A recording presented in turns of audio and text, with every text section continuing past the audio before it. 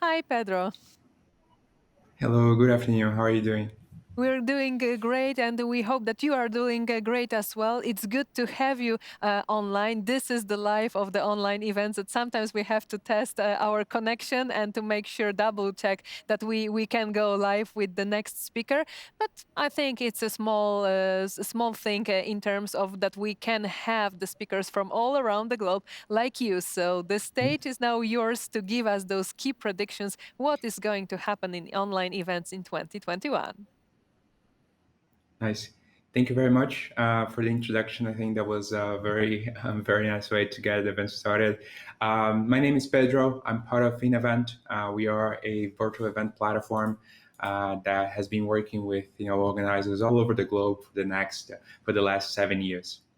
If you go to the next slide, we're going to cover a little bit about InEvent. So just a quick recap. So we do about 4,000 events a year. So this information is good just to cover how many events we have, the data from 4,000 events a year. So the predictions that we are providing today, they're not actually coming from our insights on a specific event or two events. These are coming from over 138 different countries, from 500 clients that we have today on the platform, and for over 4,000 events. So this data analytics, we're getting anonymized data from our customers, and we are using this to provide insights to you or what we think is going to happen not only in 2021, but also 2022 and the years to come.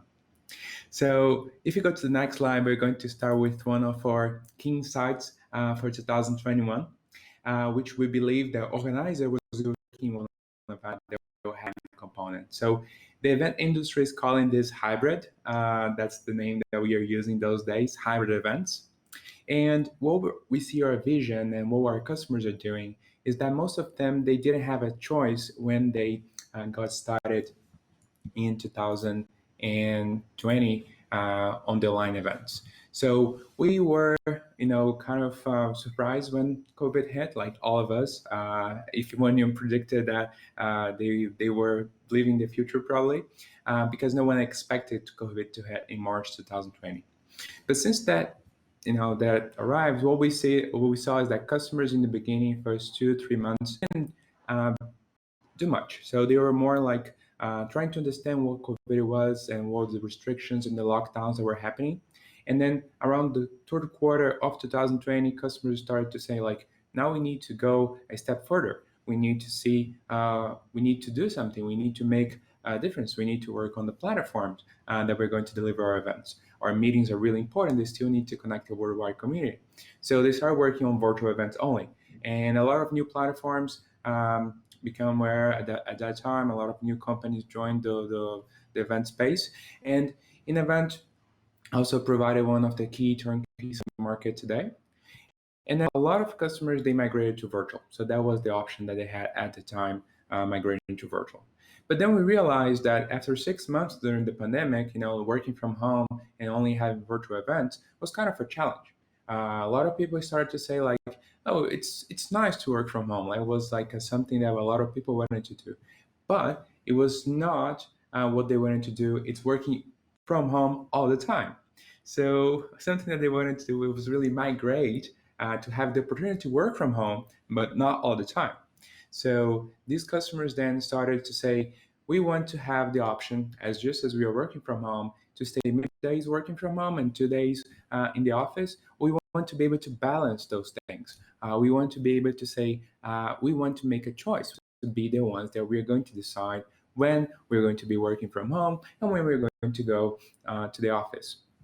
The same thing's happening with virtual events. After 6 months, I would say September, October last year, a lot of customers started to say, like, we want to go back to in-person events. Maybe not all the time. We don't want to do only in-person events. We want to do a mix. We want to do hybrid events. And hybrid events are going to be this combination of having one single platform where you're going to have both options on the system. So you're going to have an option to register for the event, and you're going to decide, I want to go in person or I want to go online. And depending on your selection, you're going to receive two types of mail notifications. One email will contain a link, for example, to set up your computer and access the website of the event platform. The other link will contain the address, for example, to go to the event and be able to access the venue and print, for example, your badge. So these are going to be different experiences, but within the same event. And that's going to be the new channel where we see developing for 2021 and 2022. These new components, we believe, is not going to be across multiple platforms. I think the current setup today that we see is that some events are currently only using virtual platforms, and then we have other companies only providing in-person events, and we have companies, for example, like InEvent, that we are working on hybrid, on having the same vision of both things together. So it will be very, very hard for any company, the event company or event organizer in the future to work with all virtual events. But if you just do virtual, will also be a challenge because a lot of customers will say, I also want to go in person. The value that I perceive when I go in person is also something that I'm willing to pay more for this. So you cannot just do in person, you cannot just do virtual. You need to do at the same time and do really well because it's going to be more competitive. As you just mentioned, now anyone from or any part of the world can join the any event. So you're not competing just locally anymore. You're actually competing globally. So if you want to host, for example, an event, for example, in the US where we're located, but you want to connect with someone from Australia, you can do that globally. So you're actually competing on a global landscape now. So you do need to do those things really well because the company across global events will be much, much stronger. On the next slide, we can talk a little bit more about safety. So safety. So how are we going to be able to go back to in person, right? Because today we're working only on virtual yet. There is still lockdown across the globe. Many different countries, for example, the UK is still in strict lockdown, and now at this moment they're not able to go to in-person events. But once we go back to in-person events, we're going to have this possibility to go hybrid very quickly. So to discuss when we think that the migration will be complete, we think that at least 6 to 7 months it's going to take because it doesn't really matter if we validate and we vaccinate only 10 or 20% of the population, right? We need to make sure that everyone is safe, everyone is vaccinated. There are no other strains of the virus today that may reinfect us. So we need to be safe to be able to get in-person events, to be able to get the same scale that we were at 2019. We see that that's going to happen probably end of the year, around third or fourth quarter. But companies should be prepared for hybrid at that time because if they only think that in-person events going to be back and they should not be prepared for hybrid events, if they only want to do virtual or if they only want to do in person, they're going to be challenged by the global landscape where these that are better prepared will be able to deploy, for example, uh, very interesting hybrid events on event platforms, and that will be really, really interesting for them. All right. So our procedures that we recommend here is going to be make sure that you are prepared for the migration that's coming. Be sure that you're able to deploy both channels and also respect the requirements of your government and where you're located, open spaces, social distancing. Sometimes it's not the best way to call social distancing. We recommend you do physical distancing because social sometimes means that you should not call people. You should be close to your family. You should be close to your to people that you know. You should not be socially distanced from them using like your phone or connecting with them virtually. So be physically distant, but don't be socially distant. All right. So that's the clear thing that we should do. Otherwise, we're going to be alone at home, and that's not good, especially during a pandemic where it's really challenging to stay home for a very long time. So you can be physically distant, but don't be socially distant. All right. On the next slide, we're going to talk a little bit about what we see from our customers. So this number, 93% of event marketers plan to invest on virtual event. That's coming from surveys that we are doing from our customers. So we have specific events that we run, and we also run surveys, and we also do polls, for example, on our events and also on LinkedIn. And we have seen this data where customers are actually planning to invest more on virtual events. The reason for that is that some customers, they're on their yearly budget. So during 2020, they realized that back to the story that I was telling before, they realized that they needed to invest on virtual platforms. A lot of time just went there and purchased something that someone recommended, something that was quick, usually in less than 1 week. And then they realized that those platforms or those systems or those companies that they have hired had some limitations, right? So then they said, oh, maybe we should prepare better for 2021 now that this is going to be something long term. So the companies, from the surveys that we have sent and shared with our customers, they say that 93% of them will invest in virtual events. So they are preparing this on their budget. So part of their yearly budget, they are preparing this, adding a line specifically for virtual events and hybrid events. So they want to include this for their C-level financing. They want to make sure that that's part of the budget. They want to get this approved. So they're sure that they are going to be ahead of the curve when hybrid events are back, and also when in-person events are back together with virtual. So that's one of the things that we see a lot, and that's the correct position. And we recommend that you invest in virtual events and make sure that you have a very well digitally assigned strategy. So when you're working with the events in the upcoming quarters, you're going to be prepared for virtual events altogether. Deploying virtual events sometimes is not just the same characteristics that has having an in-person event. It's a combination of multiple things, but digitally capable professionals are also really important here.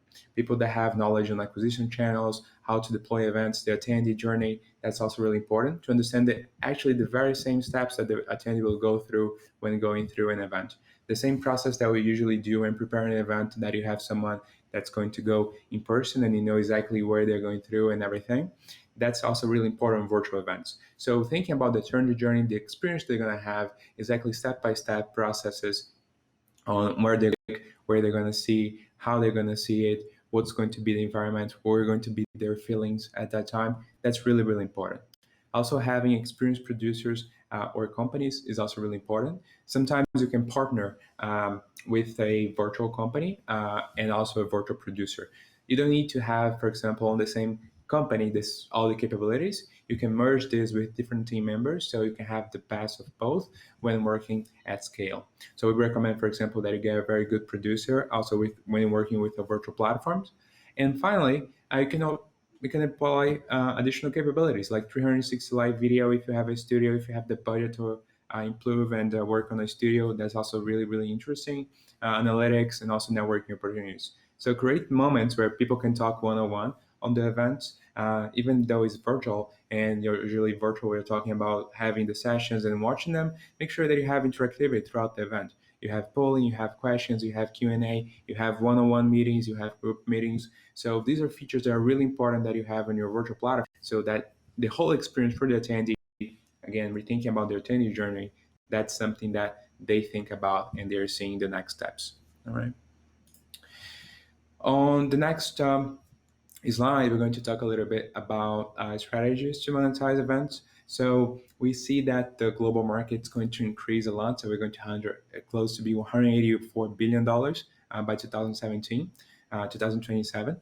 So that number is going to increase a lot based on what we have seen more recently for virtual event platforms before 2019. The reason for that is that virtual events are not going to be anymore just an alternative to what we used to be.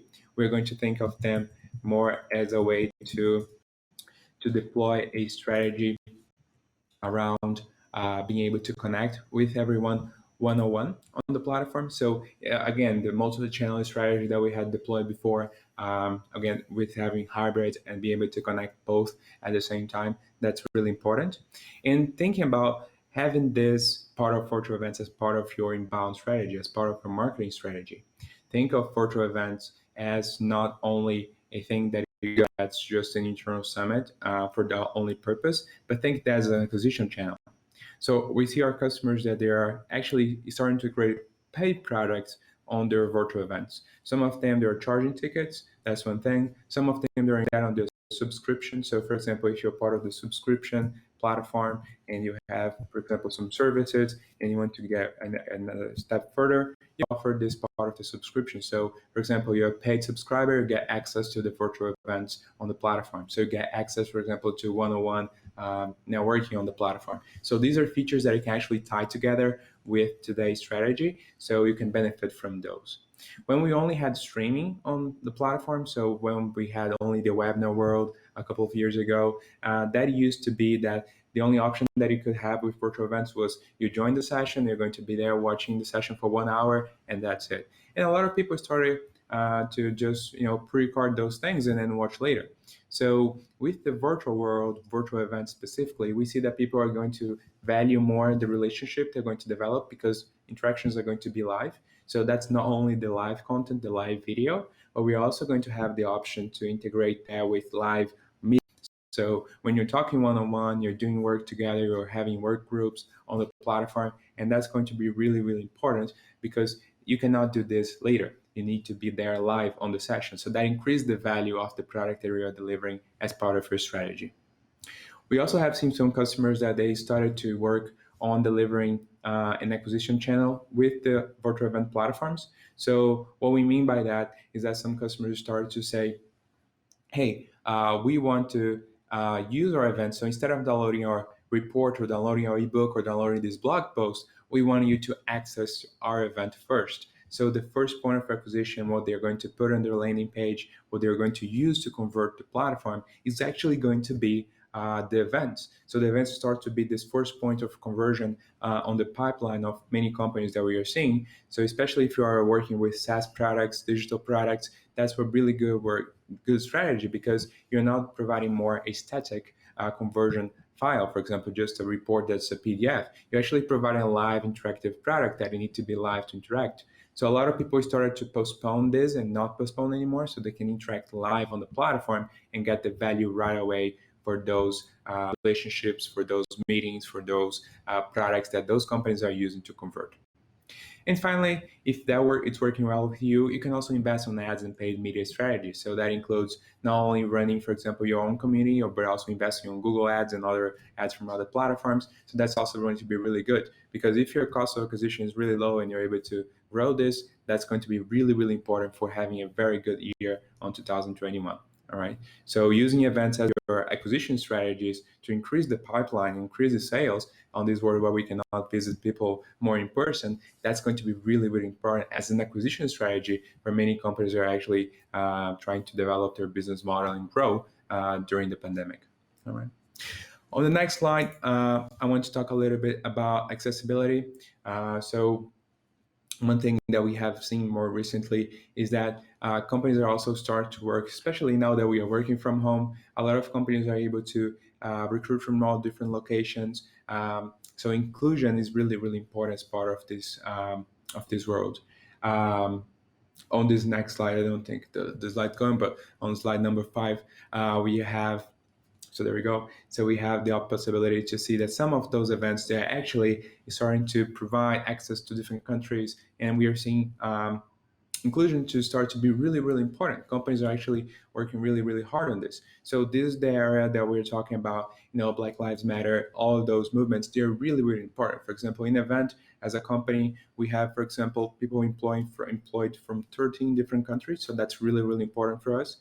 To have the company, working with different countries with different cultures. So we want to be really inclusive and also diversity. The possibility to have people with different capabilities providing knowledge to the company and growing.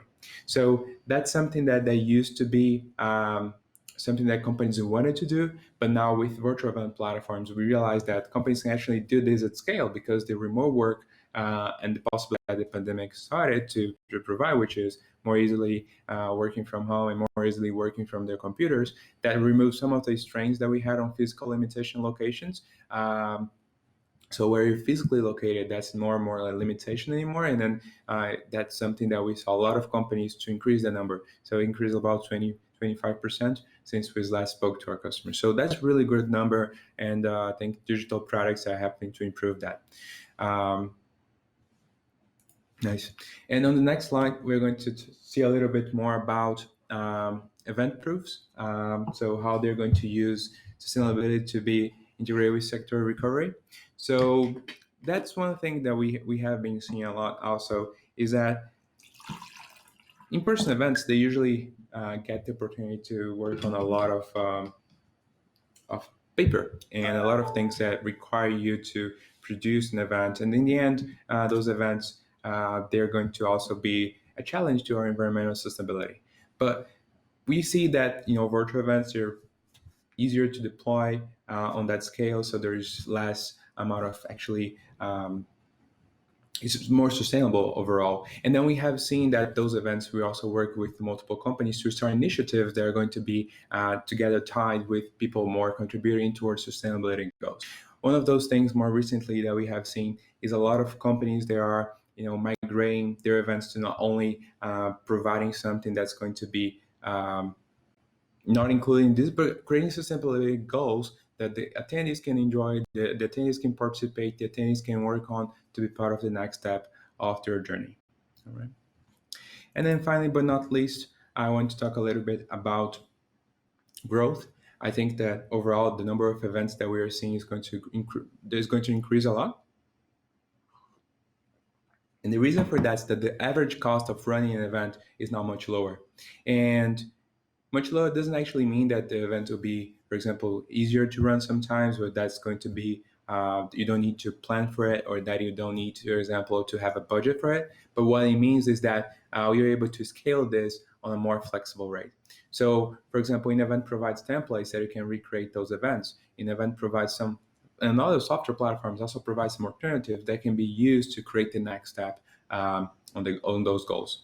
So from having just one event per year, where we have one event and that's one big event, we're seeing that our customers are actually increasing the number of events they are hosting on the event platform. So we are having a lot of recurrent events on the company. When we implement a new customer at an event, for example, we are having a lot of repeated events throughout the year because the customers are realizing that hosting one event is much easier, is much straightforward for them. So they're benefiting from integrations, they're benefiting from different capabilities, they're benefiting scale. So instead of just hosting one event where we're going to have 5 speakers, they can now host 20 events where they can have 5 speakers each. So we're actually involving a community of over 100 speakers throughout the year. So the scale of those events, the possibility of us having more people speaking our events and giving the opportunity to events, that's something that's really, really important. It also ties back to the previous point, which is inclusion. Sometimes it's only limited to 5 people that you need to put on stage, and then people come up with excuses around how to they select the different roles, and then we don't want that to be an excuse anymore. We now can have the possibility to bring 100 people, 200 people and speakers on multiple events per year. So we saw that there's more opportunity for everyone to speak. There are more slots now for everyone to be part of the community, to share their views, to be part of different events. And that's something that really matters to us, because scale and more space and more opportunities is actually what the community is driving for, is using technology as a company to deploy something that's going to be more affordable, easily available to connect everyone. And that's going to make the difference of a lot of people that didn't have opportunities much better.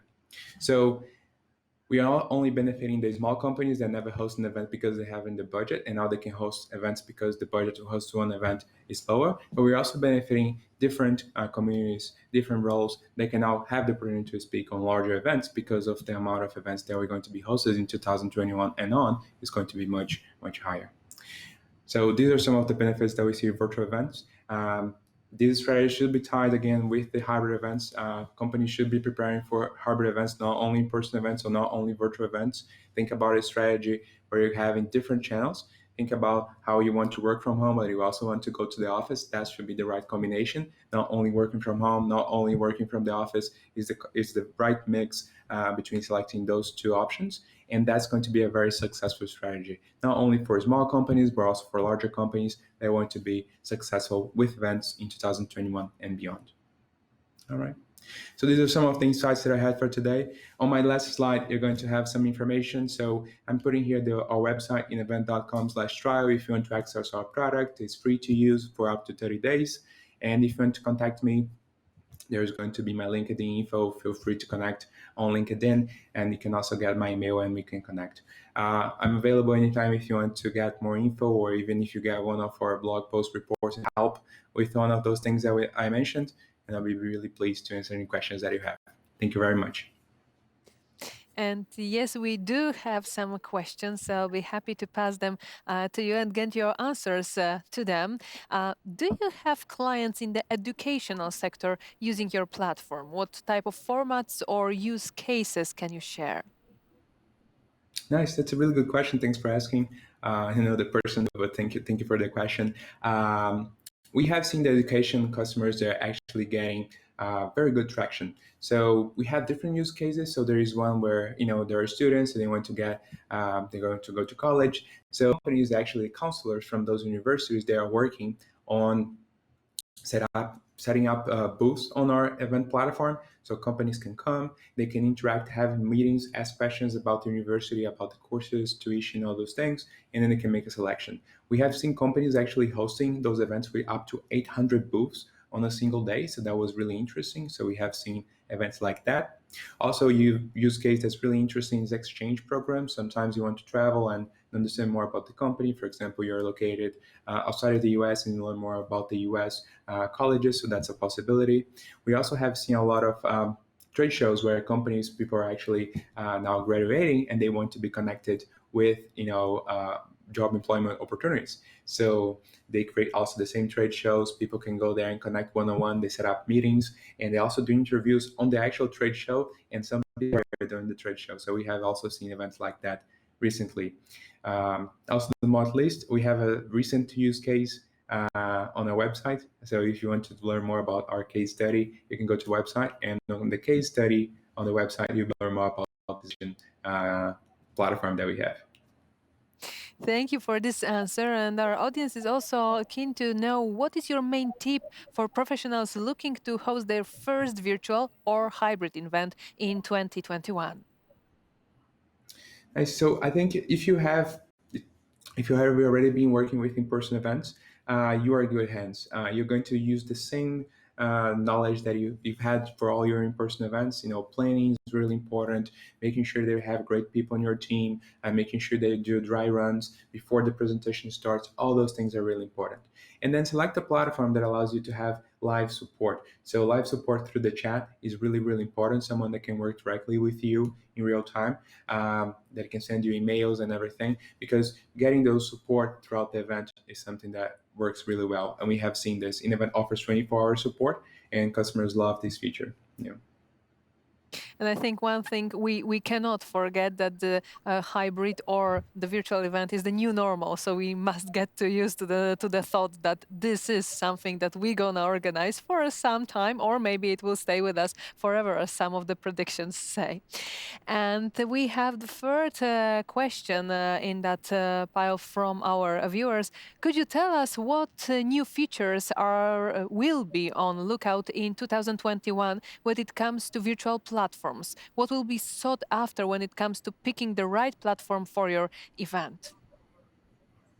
Nice. So I think the virtual platforms they need to be really flexible to what what you have designed in your in your program in your meeting.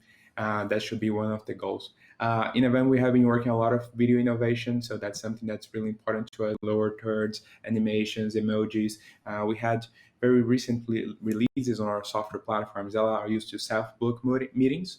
So if you're on a meeting and you want to interact with someone live on the event. That's something that's really important. So you can book meetings, set up meetings, especially if you want to sell or if you want to engage with leads. Also, something that we have seen a very good innovation is around how you are able to move people around, right? You have control over the event, where people go. So if you want to bring them to a trade show, then they go to the live meeting, then they go to the next step, send push notifications. Having this as part of one single platform with all those features, we're able to control, having a control center really powerful. Those are the things that draw customers to an event, for example, in the most recent years. So I see that the innovation that we're going to see in virtual platforms is going to be really, really good, because now we have a lot of customers coming to virtual event platforms. So the innovation and the capability to do more R&D and development is going to be expedited because of this. But for example, in event, we have seen great product demos recently on our releases that we do every month. Yeah. Thank you very much for answering those questions. I'm sure that dozen other questions Of could course. have been answered on the topic, but we also have a very tight agenda as we have three stages running in parallel, showcasing both the technology, engagement, and management of those events. So thank you very much for giving us a peek into the future. What can we expect in all those aspects in 2021 or maybe even 2022? Who knows how long we have to stay friendly with the thought that this is our new normal. Thank you very much once again for being with us for the Spark of Change. Thank you very much. Have a great and continue with the event. Bye bye. Thank you very much.